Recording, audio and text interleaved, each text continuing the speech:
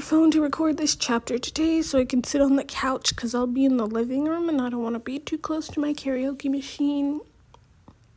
I don't want the microphone feedback. So I will be on the recliner with my book.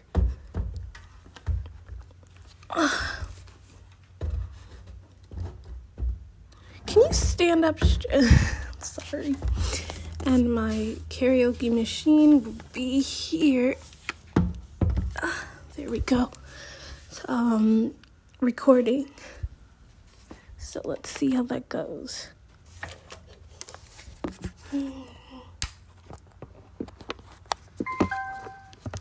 Bluetooth enabled.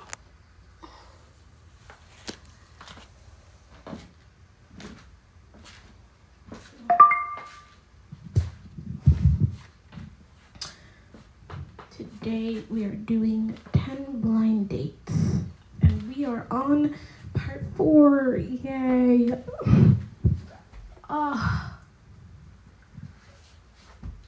So it's weird because we're on part 4. But we're also on excuse me, I have to learn how to hold the microphone. We're on part 4, but we're also on the first blind date. So yeah. All right, let's get reading. Oh wait, no, we're on the second blind date. Sorry, everybody.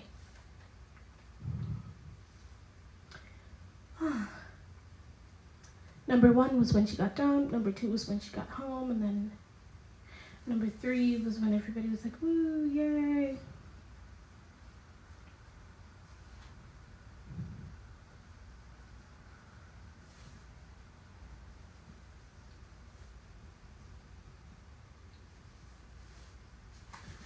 Yeah.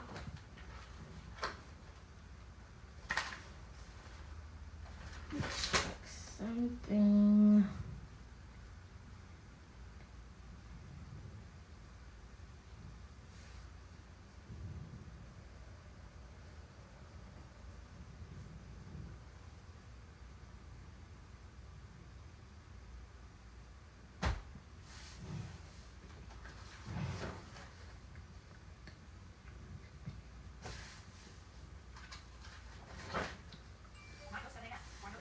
That's my phone in the back, my iPad in the background. Oh my.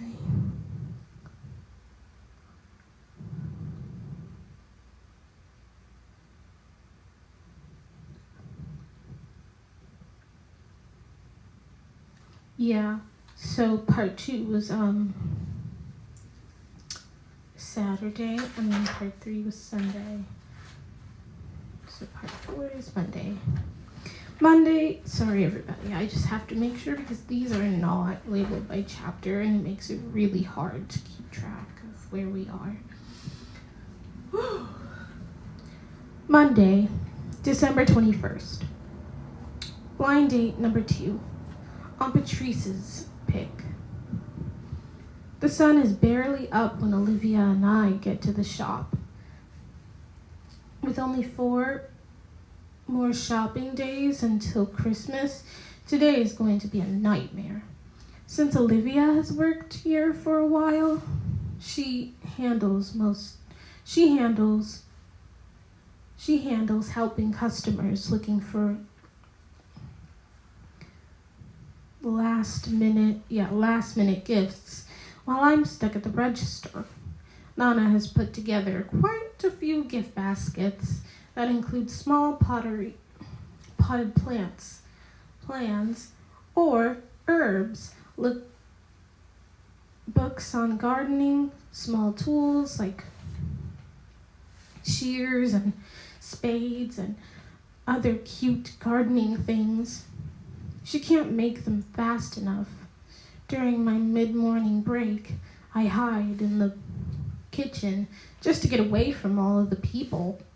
I kick back on the small couch that is older than me and text Margot, me. I've only got 10 mins before Nana chains me back to the register at the shop. So if you've got to send me any gross pictures, do it now. Also, sorry for the background noise from the machine. That shh noise is like, I'm not sure what that is exactly. Or why it makes that sound. Margot sends me a close-up of her face. I haven't seen her in a while, and I'm surprised by how different she looks. Margot, my face is swollen, especially my nose. My nose is huge, like it's the biggest nose I've ever seen. Me, you're better than birth control. If there was even a chance I was going to have sex anytime soon, you've completely scared me off. Margot, good. Mom keeps saying I'll forget how bad this part is, but I'm telling you, I will never forget this nose. Me. So, what does your doctor say? Is this normal? I've been trying to keep things light with Margot ever since she got put on bed rest, but I can't stop the look of fear that blindsides me every time she sends me a picture. Margot, it's not abnormal, and they're watching me closely. I have another appointment this afternoon. Don't worry about me. Worry about who Aunt Patrice is going to set you up with. Did you hear me? Did you hear what I have to wear? 5 question marks. Margot, haha, yes. Mom talked to Nana this morning. I definitely need a picture of that and the date. Instead of Mary, they may have to call you Mrs. Robinson. Me. Who's Mrs. Robinson? Margot. Ugh, now I feel old. Google it. Me. Okay, whatever. Gotta get back to work. Text me after the doctor's APPT. Charlie and Wes come into the kitchen, carrying snacks and drinks to refill the old refrigerator. Nana has them doing odd jobs, or as she likes to put it, doing all the crap no one else wants to do. Next on their agenda is changing light bulbs and air filters. So I really can't complain about being stuck behind the register. Are you researching hairstyles for the early Bethlehem period? Charlie asks. I throw a magazine at him. You're hilarious, I say. You're hilarious, I say, and snag Coke Zero from the box. Wes tosses me a package of Nutter Butters, which happen to be my favorite cookies. You know we're going there when you get picked up for your hot date. There's no way we're missing this. If y'all really loved me, you'd feel sorry for me and offer to work my shift for the rest of the day. I give what I hope are really pathetic puppy dog eyes. Charlie and Wes look at each other a few seconds like they're considering it. Then they both say, nah. Charlie drops down beside me. Hey, while you're on break, he whips his phone out of his back pocket, pulls up something on the screen, then shoves it at me. I need you to take this quiz. Wes groans. Seriously, we're doing this again. I stare at the screen, which reads, which character from The Office are you? Then look at Wes for clarification. He drags a chair away from the small table and sets it next to the couch. Then takes a seat. You know, Charlie is obsessed with The Office. He's watched the whole series like twice by now. 3 times. 3 times, actually, Olivia says when she comes into the room. Is he making her take the quiz? Wes nods, and I look back at Charlie's phone. I sort of remembered Charlie liking this show, but I definitely wasn't aware it had moved to this level. So why am I taking this quiz? I ask. Wes opens his mouth to speak, but Charlie throws a hand up and shushes him. Let her take it first. So I get busy. The multiple choice questions are kind of weird. What kind of paper do I like? What's my favorite condiment? And on and on. Okay, I'm done. It's calculating my results. You probably got Aaron or Kelly, Wes says, or maybe even Pam. Would that be good? I ask. Wes smiles and nods. Yeah, they're cool. Who'd you get? I asked Charlie. Wes's mouth twists. And he looks at Olivia. They both bust out laughing. It's not funny. It's not funny, Charlie says. I don't get it. And I can't believe how much I hate that I don't get it. But then I remember this is what it was like the several times we... But then I remember this is what it was like the last several times we were together. Always some inside joke from school or a club that I wasn't in on. Olivia finally explains. Charlie has taken a quiz. Charlie's taken every quiz ever made with the sole hope of getting Jim, because Jim is the coolest guy on the show. Everyone loves Jim. She's giggling so hard she can't speak, so Wes finishes for her. But he got Dwight. Every time. I even answered every question purposefully wrong and I still got him. Charlie yells. He points to Wes. He's rigged it somehow. I looked at Wes. Let me guess. You got Jim? He nods. Yep. I look down at the phone where the results have loaded and say, I got Carol Stills, the real estate agent. Now all three of them are staring at me. What? Is that bad? I ask. Olivia finally looks away from me to Charlie. Who's Carol? Charlie looks surprised. She was the woman who Michael dated a little while. She wasn't on many episodes. Maybe 5? My forehead scrunches. How many episodes are there? 201, they all answer at the same time. Damn. It's like the world is trying to make sure I remember I'm the outsider here. I roll my eyes and say, I gotta get back to the register. See y'all out there. I don't even wait for their reply before I leave the room.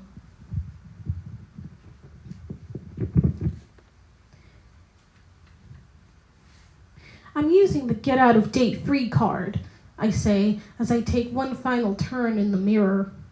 As expected, Olivia and Charlie are on the floor laughing. Literally rolling around on the floor. Wes, at least, has the decency to stay upright while he dissolves into hysterics. After the weirdness at the shop, I want to be annoyed at them, but it's hard when I'm distracted by my growing horror at this upcoming date.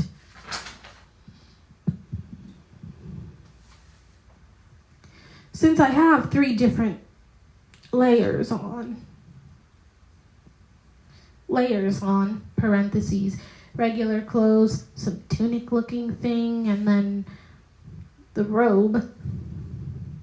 I'm burning up and itchy. And the musty smell tells me that this thing hasn't seen the light of day since last Christmas.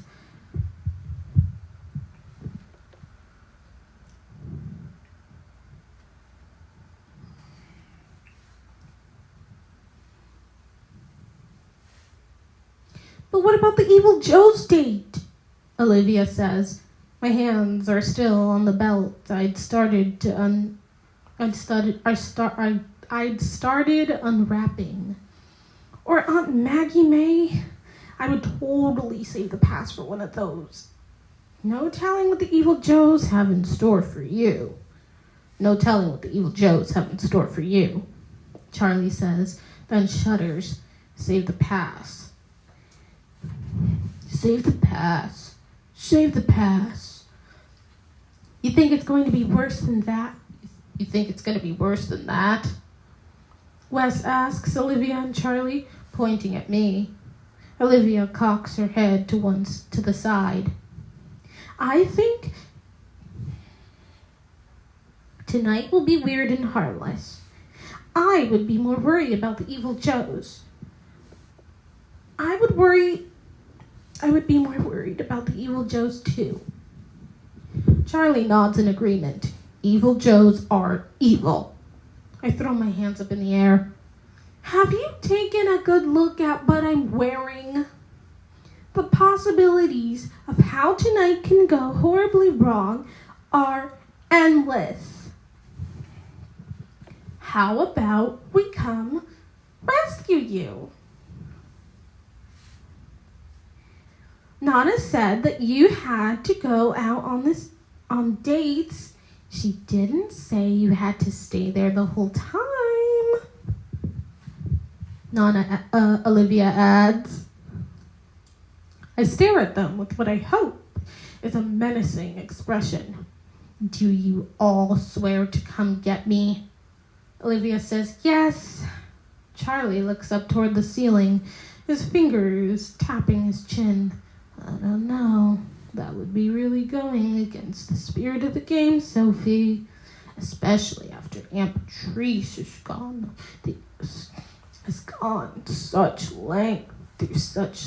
gone to such lengths to take your personal interests and likes into account when she planned this very thoughtful date. I throw my shoe at him. Turning to Wes, I say, You'll come get me, right? He shrugs and says in a quiet voice, I can't help you tonight. I have plans. Of course he does. I shouldn't have forgotten. He has a girlfriend. I shouldn't have forgotten. He's got a girlfriend. Oh, yeah. With Laurel? Charlie turns to Wes, one eyebrow cocked. Dude, really? Really? Wes says, in a voice that discourages any more questions about it. Nana walks in carrying a stack of towels and mutters, Oh my. I hold my hands out. This is all you're doing, Nana. She drops the towels on the bed and then walks around me in a slow circle, clicking her tongue. She runs her hands down my arms. There's something sewn into the seam, she says. Dropping to the floor, she lifts the hem and rummages around for a few seconds. Aha! The next thing I know, I'm blinking. Blinking! As in, there are tiny blinking lights sewn under the seams of the robes. Oh my God, Olivia says, then bursts out laughing again. Charlie and Wes stare in disbelief. Why are there lights? Why are there lights? I don't understand, Wes says. Nana stands up. It's festive. It's a fire hazard. Nana, you've got to get me out of this one, I say frantically. She cocks one eyebrow. Are you using your one free pass? I glance at the others. Wes is nodding vigorously while Olivia and Charlie are shaking their heads and mouthing Evil Joes. I guess not. I mumble and drop on the edge of the bed. Nana squeezes me quickly and says, "This date can't last long. That nativity thing shuts down around 9. And her date's bedtime is probably close to that." "Her date's bedtime is probably close to that," Charlie says under his breath. Nana throws him a look over her shoulder, then turns back to me. "I'll have some fresh."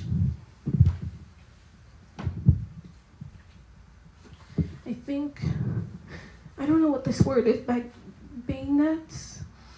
BEIGNETS.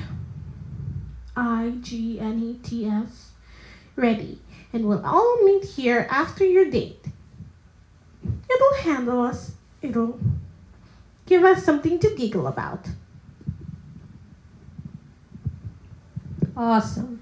I'm going to be stuck in this getup for 5 hours just so we can have something to giggle about over bayonets later. Nana leaves the room. Olivia and Charlie just keep staring at the blinking lights like they're mesmerized by them.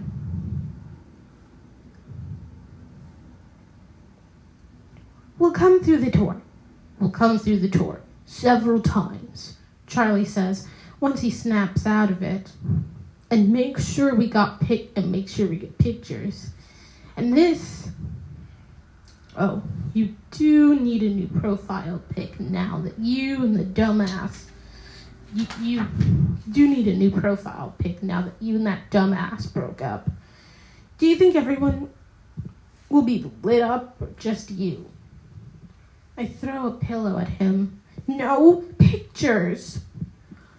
Wes picks up the last piece of costume that I've been avoiding, the headpiece. He's trying real hard not to laugh as he plops it on my head. Wait, I think this has lights too. I hear him flip a button, and I turn to the mirror. Sure enough, there's a ring of lights around my head, just like a halo. Wes's face appears next to mine in the mirror. This just keeps getting better and better. I push him in the chest, knocking him off balance, and he falls back laughing. "All of you suck," I say, as I pick up my robes with as much dignity as I can muster, and walk out of the room, trying not to trip. I check the clock as I walk into the kitchen. I stuffed my phone and enough cash for a cab into the pocket of my pants so I can bail if I need to.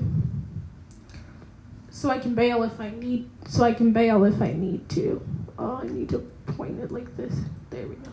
So I can bail if I need to. And I'm pretty sure I'll need to. Papa's in the side yard, supervising a couple of guys as they unload a cord of firewood near the back door, while Nana is writing a check and talking to another guy who looks my age on the kitchen counter. Age at the kitchen counter. I back into the hall to hide. My blinking lights bounce off the white walls and make me feel dizzy. Thanks so much for your business, Mrs. Messina. You're welcome. Thanks for getting to us so quickly. I peek around the corner. The guy is just about to turn away when Nana puts her hand on his arm, stopping him. How old are you? She asks. Oh God, what is she doing? I'm 18, he answers, confusion laced in his words. Are you sure? I drop my head back against the wall and let out a loud groan. Are you single? Sorry, she said, are you single? Not are you sure? No, ma'am. I have a girlfriend. Nana lets out a humph and says, well, drat. I wait until I hear him leave the kitchen before I move away from the hiding spot. Seriously, Nana? Were you really going to set me up with someone you don't know for New Year's Eve? She shrugs. I know him.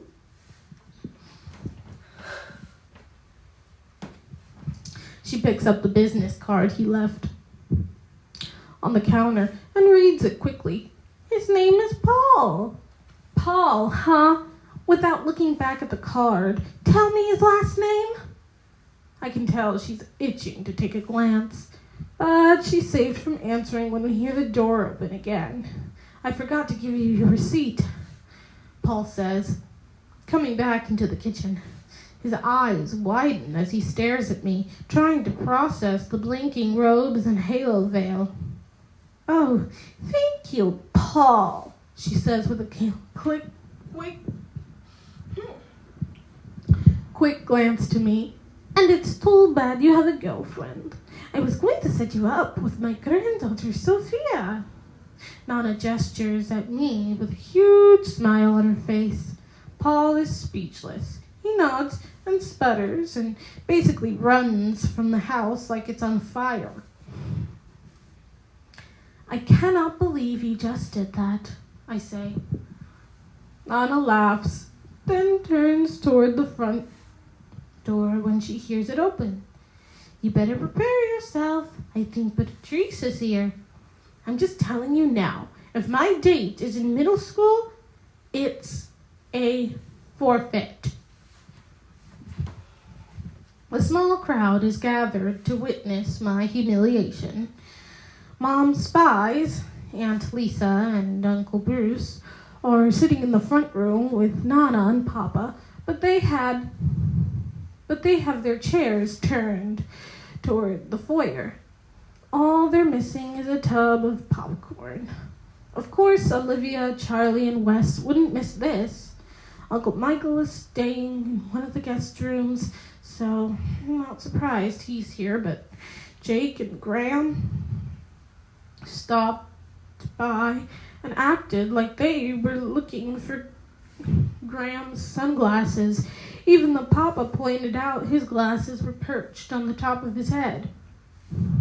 Oh, and Uncle Sal and Aunt Camille, quote, we're just walking the dog, and thought they'd pop in. Yeah, right. Aunt Patrice and Uncle Ronnie are standing in the foyer, flanking a very young, very short boy who I assume is my date. He's dressed in robes similar to mine, but no one has turned his lights on yet. Oh God. Maybe it is just mine that blinks. Sophie, I would like to introduce you to Harold Riggs. He's a freshman at Eagles Nest High. A freshman. You've got to be kidding me. I turned to Nana, throwing her a pleading look. But she moves to Harold, and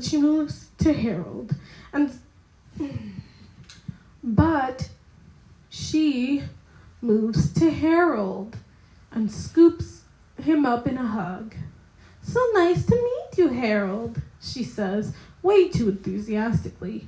He nods and then looks at me. Hi, he says. I don't think his voice has changed yet. What grade are you in? I'm a senior. I mumble. I can hear Olivia, Charlie, and Wes snickering behind me, so I throw a death glare over my shoulder at them. All three of them are red in the face and have tears in their eyes from holding back laughter. Jake and Graham are just as bad on the other side of the room. Harold's eyes light up. A senior? That's so totally cool. I want to dissolve into the floor right now. Turning to Nana, I say through clenched teeth, you said the dates had to be my age. He is clearly not my age. She waves a hand in front of me. You are both in high school. Close enough. I hold up a finger to the group in the front hall and say, Can you give me a minute?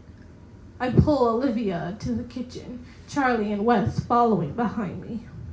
I spin around once we're out of earshot. 1 hour. You will pick me up from this middle school in 1 hour. I point to all of them. None of you will take pictures or mention this in any way for the rest of your lives, for the rest of our lives, or I will murder you in your sleep. Olivia and Charlie can't even answer me through their laughter. Wes gives me a salute and says, "Whatever you say, Disco Mary." I push past them and head to the front door.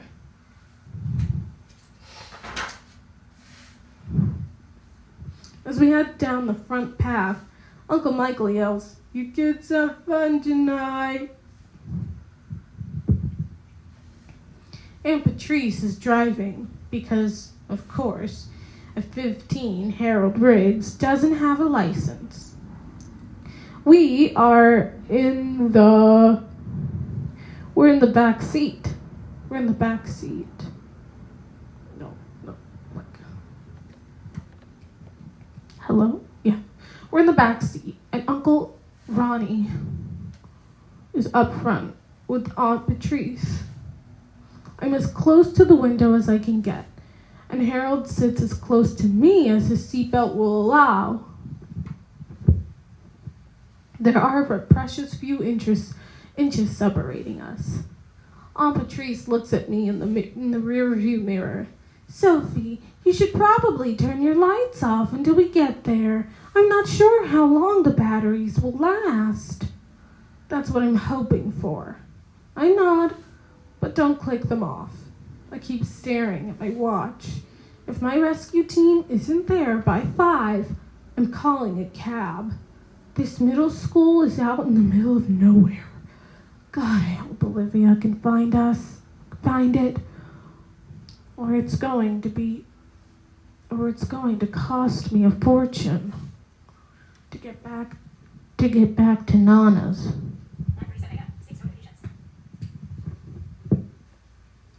I glance at my costume and then at my date. It will be worth every penny.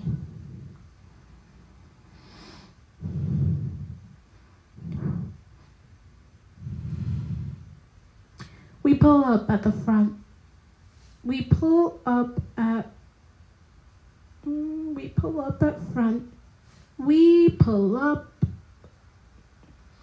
front, and there is a group of people all dressed like me, except I'm the only one blinking. There are several wooden structures lined up along the sidewalk in a row in front of the school, and a roped path. I'm guessing the people who show up to see us will follow.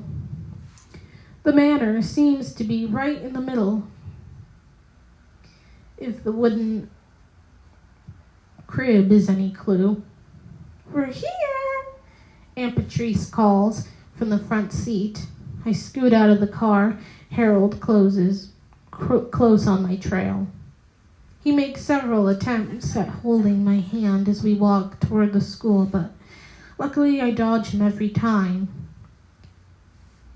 "Hey, check out my date. She's a senior in high school." "Check out my date. She's a senior in high school," Harold announces to the crowd. I want to dig a hole in it. I want to dig a hole and die in it. Everyone else dressed in robes seems to be in middle school. Harold and I are clearly the oldest ones here. I turn to Aunt Patrice. "I don't really understand this date. I mean, we're at a middle school." Aunt Patrice smiles and pats my arm. "I know. This is going to be so fun." When the two kids were supposed to play, Joseph and Mary got sick with the flu. Harold stepped forward to be Joseph. His little brother goes here. That's him. she says, and points to a mini version of Harold dressed like a shepherd. We just needed a Mary. So when Mom came up with that crazy idea for you to start dating again, it seemed like the perfect fix for our Mary problem. You've got to be kidding me. It'll be fun. It'll be fun, she said in a high-pitched voice. She herds Harold and me toward the center of the manor, where a woman with a clipboard positions us. A girl who looks about 12 moves close to me. She's dressed all in white with wings bigger than she is. She whispers, "Have you ever been with him before? Have you ever been out with him before?" And nods toward Harold. I shake my head. No. Her forehead scrunches up. Well, watch out. They don't call him 100 Hands Harold for nothing. Before I can even process what she said, Aunt Patrice drops a real live baby in my arms. This is why we needed you. The other Mary was in high school too.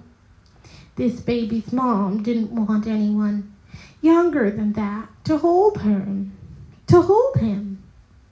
See, it all worked out. Oh my God. The baby, who can't be any older than a few months, looks up at me. We stare at each other for a few seconds, and then he opens his mouth and lets out the most ear-splitting scream I've ever heard. And that's saying a lot, considering how many babies I've been around.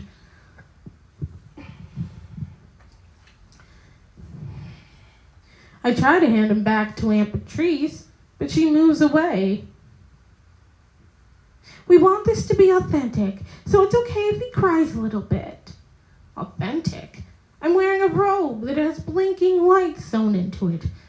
I bounce the baby around on my shoulders. I pat his back. I do everything I know to quiet him down. I'm sweating so bad at this point that my halo keeps slipping off my head. After 10 minutes, the baby finally quiets down. If I keep jiggling him like I'm doing, maybe he'll stay quiet. It doesn't help that I have to swat at my date about every 30 seconds. 100 Hands Harold is a very appropriate name. I get into a rhythm. Jiggle baby, elbow Harold, send a death glare to Aunt Patrice. As it gets closer to 5, I think I might actually be able to hold out until Olivia gets here. And then they bring in the animals. When Olivia and Charlie finally come through the line, the goat next to me has eaten about 3 inches of my robe and shows no sign of stopping. You're late, I say between clenched teeth. Charlie holds up his phone, and before I can throw myself behind Harold, he snaps a picture. I will kill you, Charlie Messina. Dead. You are a dead man. He taps out something on his phone, then holds his hands up in surrender. I'm sorry. But Margot texted me and offered me $20 for a picture I couldn't pass up. Harold took this moment to make his claim. He puts his arms around me and says,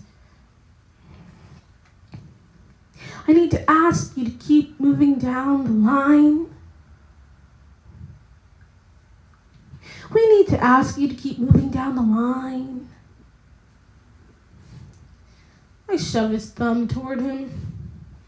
No, I shove my thumb toward him and look at Olivia. This is what I've had to put up with.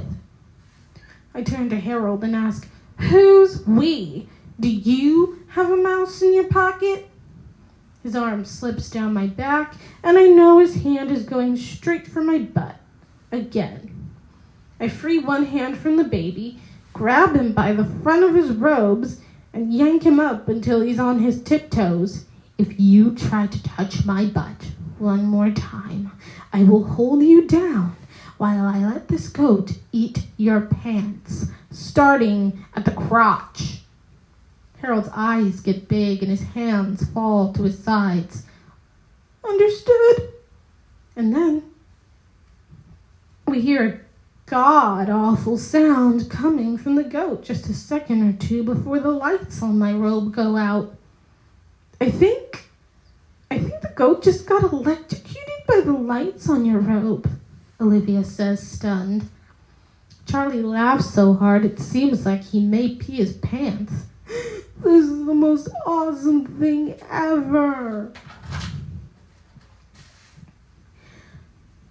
I drop Harold and turn to look at the goat. It couldn't have been too serious because he's already back up chomping away at the end of my robe. Before Charlie can see it coming, I hand him the baby. Whoa, what are you doing? He shouts as I storm off. I'm getting out of these robes before the goat takes a chunk out of my leg. That baby's mom is the one in the blue shirt over there. Give him to her and then be ready to go. People going through the line are whispering and pointing, but I don't care. I can't take another minute of Harold or the goat. I duck around the back of the manor. Take off the costume, hand it to some woman who's trying to keep the chickens from running off. What's this? She asks, confused. Mary's costume. It's going to need some repairs before next year's event. When I meet up with Charlie and Olivia, close to the parking lot, I hear Harold screaming, "You were the best date I ever had, Sophie. Call me if you want to go out again." Well, that's just adorable, Charlie says. Olivia puts her arm around me. You're on a streak. First Seth wants another date. Now Harold does too. We're almost to the car when I hear feet pounding on the concrete behind us. It's Aunt Patrice in hot pursuit. How are we going to have a nativity scene without Mary? She calls across the parking lot. Don't stop, I whisper to Olivia and Charlie. We pick up the pace until we're running. By the time we reach Charlie's truck, we've put some distance between us and Aunt Patrice. Get in, Charlie yells. Within seconds, we're in the truck, pulling out of the parking lot. So how many times did that kid try to grab your butt? Olivia asks, once we're back on the main road.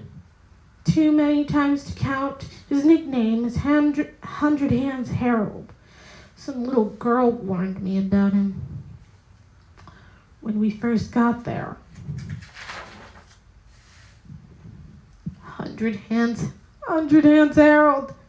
Charlie howls. He glances at me from the rear view mirror. I laugh more than I ever have in a long time. And you look a whole lot better than you did a few days ago. My cheeks actually ache from smiling right now. I remember that's almost exactly what Wes said to me last night. I agree, you do look a lot better, Olivia says. We've missed you. It's the first time any of us have mentioned out loud how distant we've become. Me too. Thanks for coming to get me. I'm sure y'all would rather be doing anything else than rescuing me from a date. Olivia throws me a confused look. Please, I'm glad you're stuck with us for the next week. I'm just glad old Griff's out of the picture. Charlie says. This week wouldn't be nearly as fun if you were ditching us to go see him. I lower my eyes. That had been exactly my mission before the breakup. Anytime Mom wanted me to come to Shreveport for the day or the week, I usually opted to stay behind with Dad or at Addie's so that I could be with Griffin. It has been a long time since we've hung out like this, I say. And for the first time since I've been back at Nana's, things finally feel normal with us. If Wes was here, it would be just like old times. Charlie snorts. What do you mean by that? I ask. He shakes his head. Nothing. Just not a fan of Laurel's. I'm dying to know more, but instead I lean my head against the window and enjoy the Harold free ride. Nana and I are cleaning up a huge mess in the kitchen from the post-date bayonet when a knock on the back door startles us, mostly because no one ever knocks before coming in the house. It's open, Nana calls out. Wes sticks his head in, his eyes scanning the room. Don't tell me I missed it. Don't tell me I missed them. I give him a small smile. Sorry, Charlie and Olivia left about 10 minutes ago. He lets out a quick laugh. Not them, the bayonets. Please tell me there are. There are a few left. Nana put a plate of the few remaining treats on the table. Help yourself, honey. Wes sits at the table, and I plop down across from him. Your date ended early? Your date ended early? I say. He shrugs. So did yours, I hear. I drop my head to the table and groan. You have no idea how horrible it was. Between 100 Hands and the hungry goat, I wasn't sure I was going to make it out alive. Charlie sent me a play-by-play. He pauses, and a picture. My head pops up. No, he didn't. A small, powdered sugar smile plays across his face. Wes turns his phone around, and there I am, sweating and red-faced, holding that crying baby. Lights are blowing around me, and my halo hanging off to one side of my head. Harold is cuddled up next to me, smiling as big as he can. It's Wes's new home screen. I groan again. He puts his phone down and eats the last bayonet in one bite. So, you know why my date ended early, but why did yours? It's barely 9 o'clock. He shrugs again. We have this dinner thing to go to, and now it's over. I wait for more, but he's busy brushing powdered sugar off his fingers. Charlie has tomorrow's date. Any idea who he's setting me up with? I ask. Wes sweeps up loose powdered sugar that found its way off his plate and shakes his head. I asked, but he wouldn't tell me. I prop my elbows on the table and drop my head in my hands. He'll pick one of our friends. You'll have fun. We watch each other for a few seconds until I finally say what's been on my mind. I realize tonight I've really missed hanging out here with you and Charlie and Olivia. He gives me a look I haven't seen before. Part smile, part smirk. We've missed you too. And for the first time, all of this starts from For the first time since all of this started, I'm really glad I'm here.